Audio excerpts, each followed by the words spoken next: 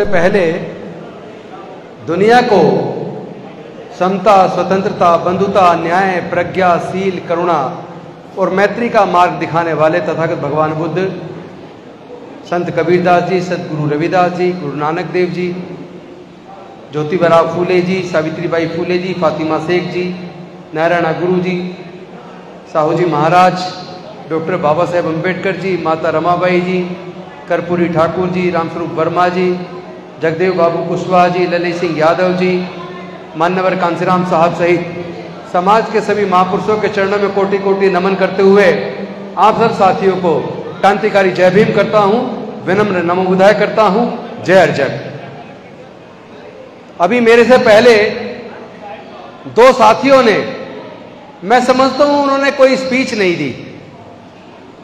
वो एक विचारधारा है, एक न्याय की विचारधारा, एक समता, स्वतंत्रता, बंधुता और न्याय की विचारधारा, जिसकी जरूरत आज भारत को शायद दुनिया में सबसे ज्यादा है। अगर आप नीरज जी का भाषण अगर आपको याद हो जो वो अभी देकर गए, या भी शूद्र देवेंद्र यादव जी जो अभी अपना वक्तव्य देकर गए, उसमें कहीं भी आपको भाषण नहीं लगेगा, उसमें एक तरह से कैडर लगेगा। और मैं तो दोनों कैडर लेके मुझे बड़ा अच्छा लग रहा था। मैंने सोचा जो बातें मैं बोलता हूं वो बातें ऑलरेडी वो बोल चुके हैं, लेकिन चूंकि आपने बुलाया, दिल्ली से मैं आया हूं, तो मैं बिना बोले तो जाऊंगा नहीं। मैं भी एक कैडर आपको देके जाऊंगा। जैसा रामस्वरूप वर्मा जी ने, ललित सिंह यादव जी ने, जगदेव बाबू कुशवाहा जी ने जो बातें कही हैं, उनमें एक बात बहुत महत्वपूर्ण है। 100 में 90 शोषित हैं, शोषितों ने ललकारा है, धन धरती और राजपाट में 90 भाग हमारा है। तो मैं आपसे पूछना चाहता हूं, ये 90 भाग जो हमारा है, ये आखिर कब तक छिनता रहेगा? ये हमारे बहुजन समाज के लोगों को 100 में जो 90 भाग उनका है, वो 90 भाग कभी मिलेगा या नहीं मिलेगा? क्या आप कभी इस पे चिंतन करते हैं? उन्होंने एक बात बहुत सही कही, मैं भी वही बात बोलता हूं कि हम लोग जितने भी प्रोग्राम करते हैं, जितने भी कार्यक्रम करते हैं, जितने भी चिंतन शिविर करते हैं, सेमिनार करते हैं, कॉन्फ्रेंस करते हैं, उन सारे प्रोग्रामों के अंदर हम 95% लोग केवल पुरुष लोग आते हैं। ना अपनी पत्नी को लाते, ना अपनी बहन को लाते, ना अपनी मां को लाते, ना अपने बेटे और बेटियों को लाते।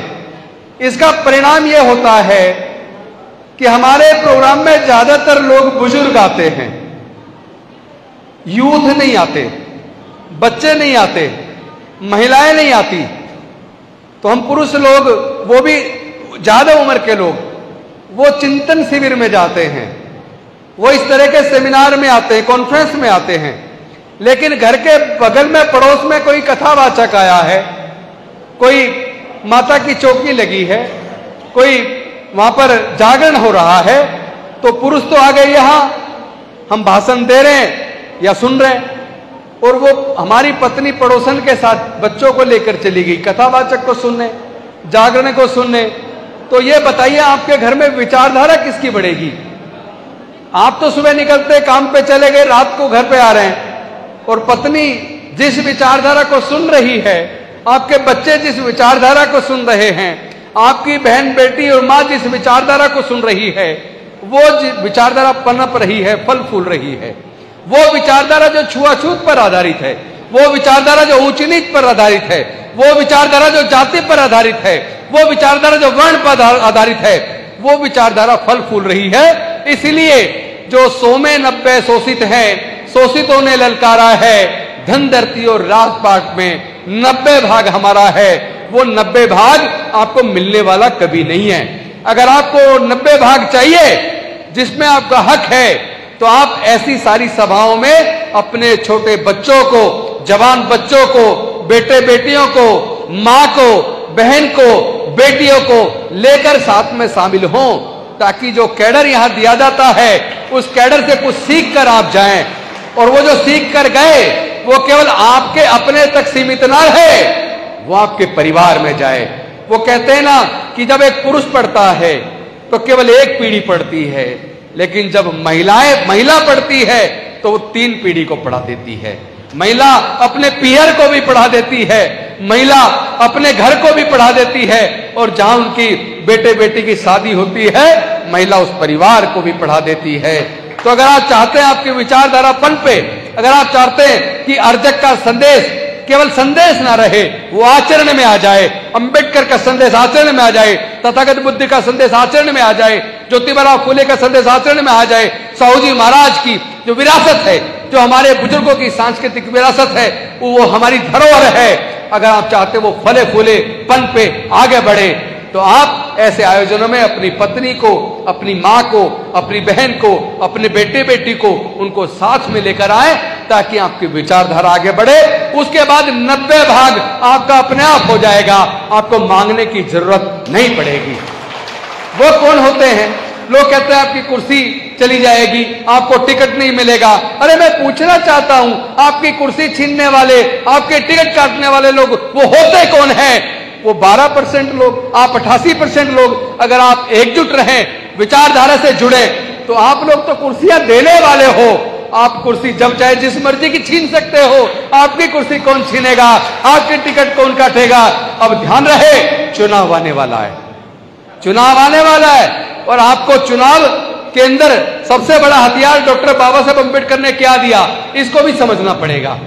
जब भारत आजाद होने वाला था, इस बात पे चर्चा शुरू हुई कि अब अपनी सरकार चुननी है, वोट का अधिकार किसको मिलना चाहिए, तो आपको जान के ये ताजुब होगा कि वो लोग वोट का अधिकार केवल ग्रेजुएट को देना चाहते थे, केवल इनकम टैक्स पेई को देना चाहते थे, केवल बड़े जमींदारों को देना चाहते थे। क्योंकि महिलाओं को पढ़ने का अधिकार नहीं था, दलितों को, पिछड़ों को, आदिवासियों को पढ़ने का अधिकार नहीं था, इसलिए आप ग्रेजुएट नहीं बन पाए। और इन सारे वर्गों को संपत्ति रखने का और व्यापार का भी अधिकार नहीं था, इसलिए वो ना व्यापारी बन पाए, ना इनकम टैक्स पेई बन पाए, ना बड़े जमींदार बन पाए। तो इसका मतलब क्या हुआ? इसका मतलब यह हुआ संविधान सभा के सदस्य देश की महिलाओं को, देश के दलितों को, देश के आदिवासियों को, देश के पिछड़ों को वोट का अधिकार देना नहीं चाहते थे। तो वो केवल 5% लोगों को वोट का अधिकार देना चाहते थे। अगर डॉक्टर बाबा साहेब अम्बेडकर वहां नहीं अड़ते और अपने तर्क से, अपने आर्ग्यूमेंट से पूरी संविधान सभा को इस बात को मानने के लिए मजबूर ना करते कि भारत में रहने वाले सभी लोग किसी भी जाति धर्म के हों, छोटे हों या बड़े हों, छोटी नौकरी में हो या बड़े नौकरी में हो, मजदूर हो या किसान हो, चपड़ासी हो या अफसर हो, सबको समान वोट का अधिकार मिलेगा। 1 मैन 1 वोट, 1 वोट 1 वैल्यू। लेकिन अगर बाबा साहब इस बात को नहीं मनवाते और संविधान सभा के सदस्यों की बात को मान लेते, तो भारत में केवल 5% लोगों को वोट देने का अधिकार मिलता, और वो सरकार को 5% लोग चुनते, फिर सरकारें केवल 5% लोगों के लिए काम करती। फिर आपका कोई जज, engineer, doctor, collector, scientist, professor न बनता, फिर आपका कोई MP, MLA और मंत्री भी नहीं बनता, मुख्यमंत्री भी नहीं बनता, राष्ट्रपति भी नहीं बनता, चीफ जस्टिस भी नहीं बनता। आज और हम और आप जो भी कुछ बन पाए हैं, वो जो डॉक्टर बाबा साहब अम्बेडकर का संकल्प है, जो उनका जो आंदोलन है, उनके आंदोलन की वजह से बन पाए। और उनकी आंदोलन की वजह से जो हमारे लोग आगे आके इस आंदोलन को आगे लेकर चले, क्योंकि डॉक्टर बाबा साहब अम्बेडकर के बाद रामस्वरूप वर्मा जी, कर्पूरी ठाकुर जी, ललित सिंह यादव जी, बाद की पीढ़ी भी है, लालू यादव जी भी हैं, और भी लोग हैं जो इस लड़ाई को लड़ रहे हैं। हमें अपनी इस लड़ाई को लड़ने वाली जो बहुजन विचारधारा है, जो बहुजन विचारधारा को लेकर चलेगा, हमें नारा देना चाहिए, जो बहुजन की बात करेगा वो भारत पे राज करेगा। जो जमीन सरकारी है वो जमीन हमारी है, जिसकी जितनी संख्या भारी उसकी उतनी हिस्सेदारी, और जो हिस्सेदारी देने को तैयार नहीं है, जो जातिगत जनगणना करने को तैयार नहीं है, जो हमारे लोगों को उनकी जनसंख्या के हिसाब से देश के सारे संसाधनों में, जंगल जमीन में, सारे पदों पर, हर जगह जो हिस्सा देने को तैयार नहीं है, हम उसको वोट देने को तैयार नहीं है। जो हमें हमारा हिस्सा देने को तैयार नहीं है, हम उसे वोट देने को तैयार नहीं है।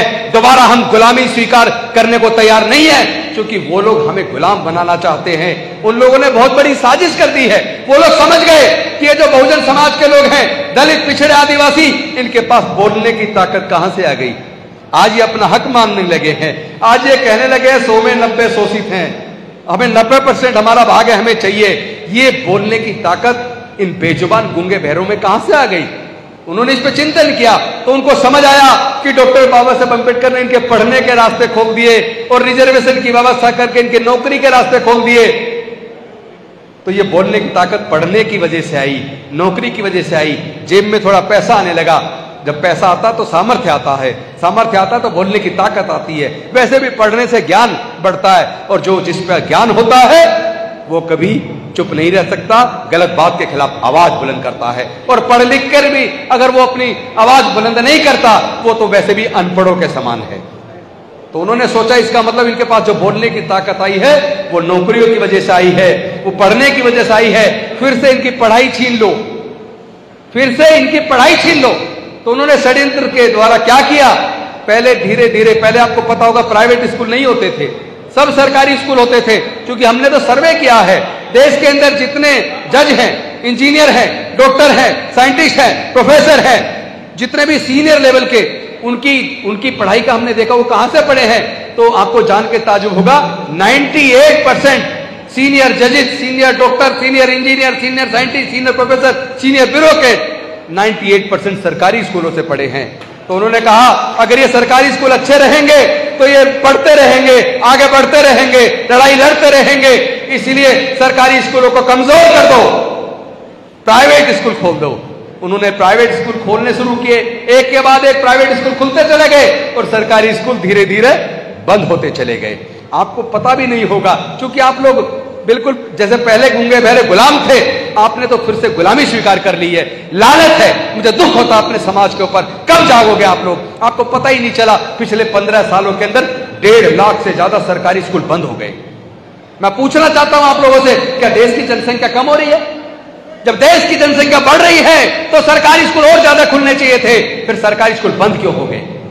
सरकारी डाटा बता रहा है कि 15 सालों में 1.5 लाख से ज्यादा सरकारी स्कूल बंद हो गए। प्राइवेट स्कूल खुलते जा रहे हैं, सरकारी स्कूल में पढ़ने का माहौल नहीं है, सरकारी स्कूल में टीचर नहीं है।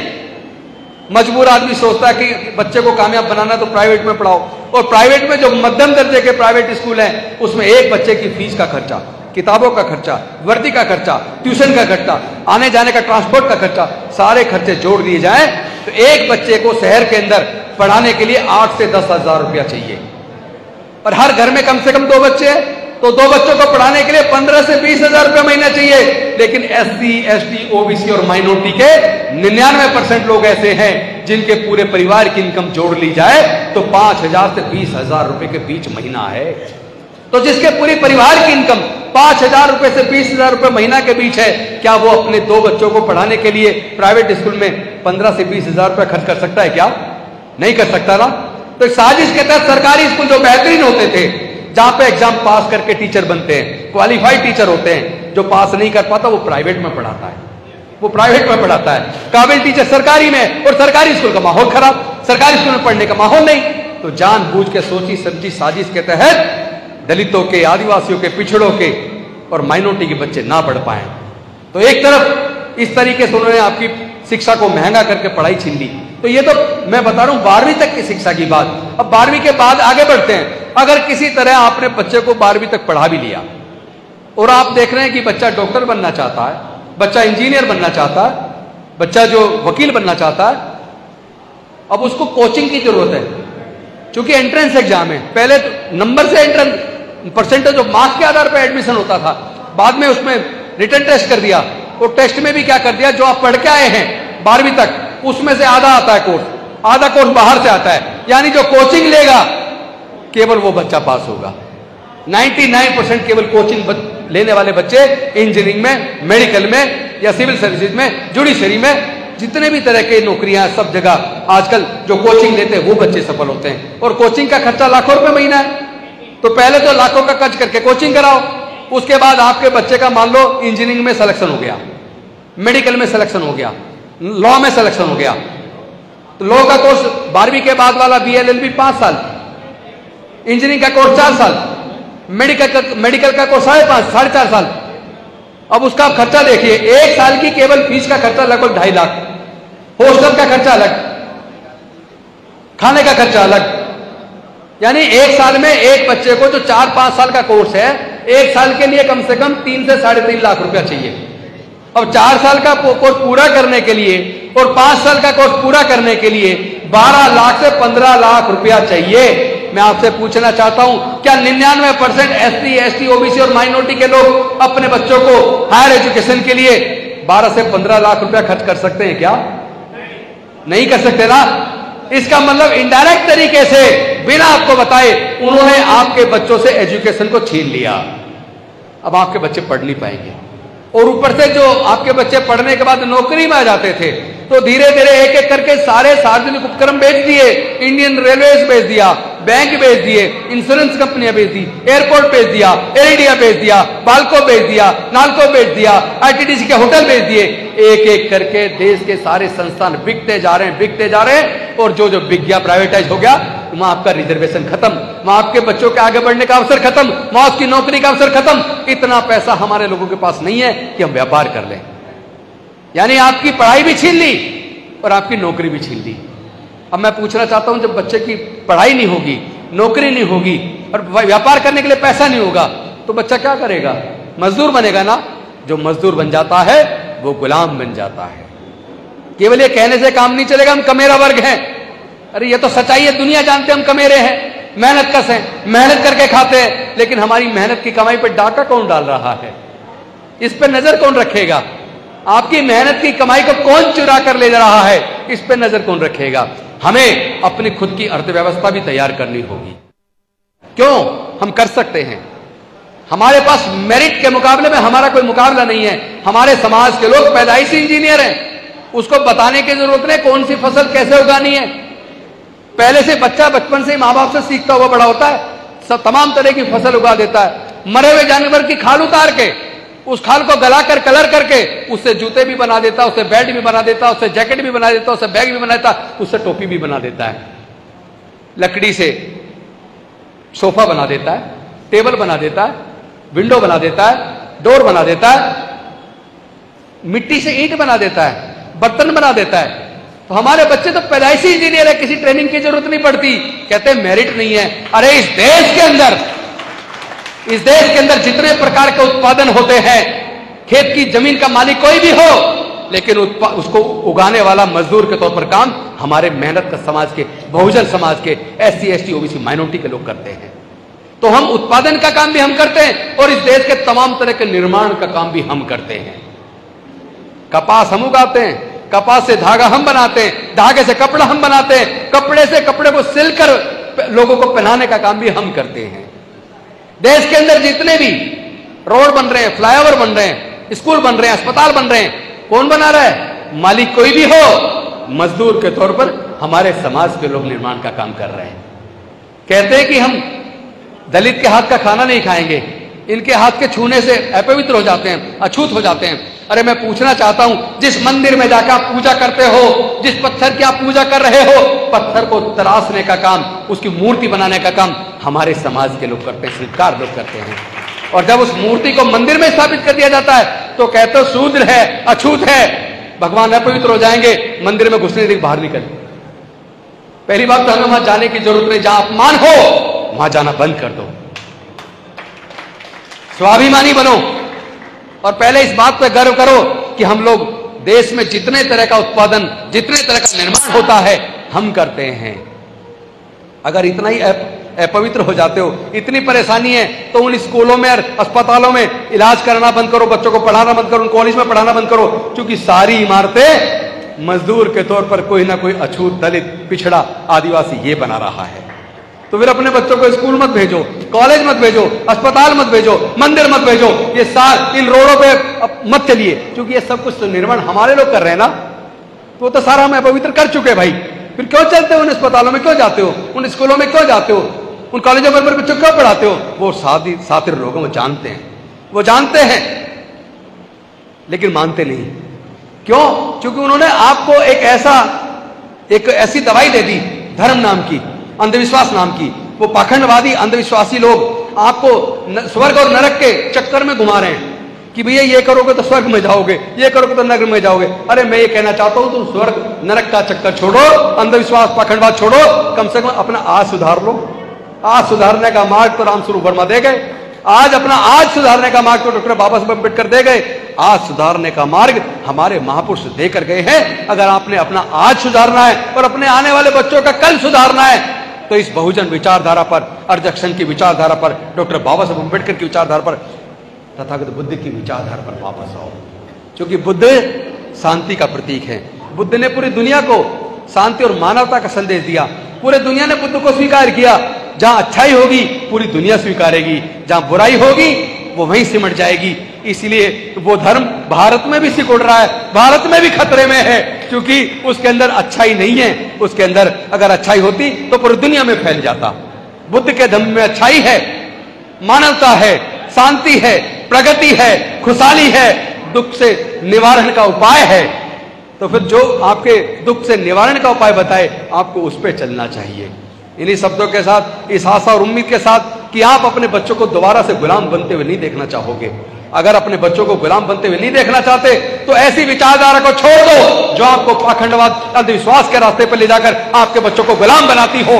आपको दोबारा से अपने बच्चों को गुलामी स्वीकार नहीं करनी चाहिए। हमें तो है नहीं, हम मर जाएंगे लेकिन झुकेंगे नहीं, बिकेंगे नहीं, डरेंगे नहीं। अपने बहुजन समाज की लड़ाई को तब तक लड़ते रहेंगे जब तक हमारे शरीर में खून की एक भी बूंद और एक भी सांस बाकी है। हम लड़ेंगे, हम जीतेंगे। इन्हीं शब्दों के साथ बहुत बहुत धन्यवाद। जय भीम, जय भारत, जय अर्जक, फुल जोहार। निवेदन है कि मंच पर रुकें।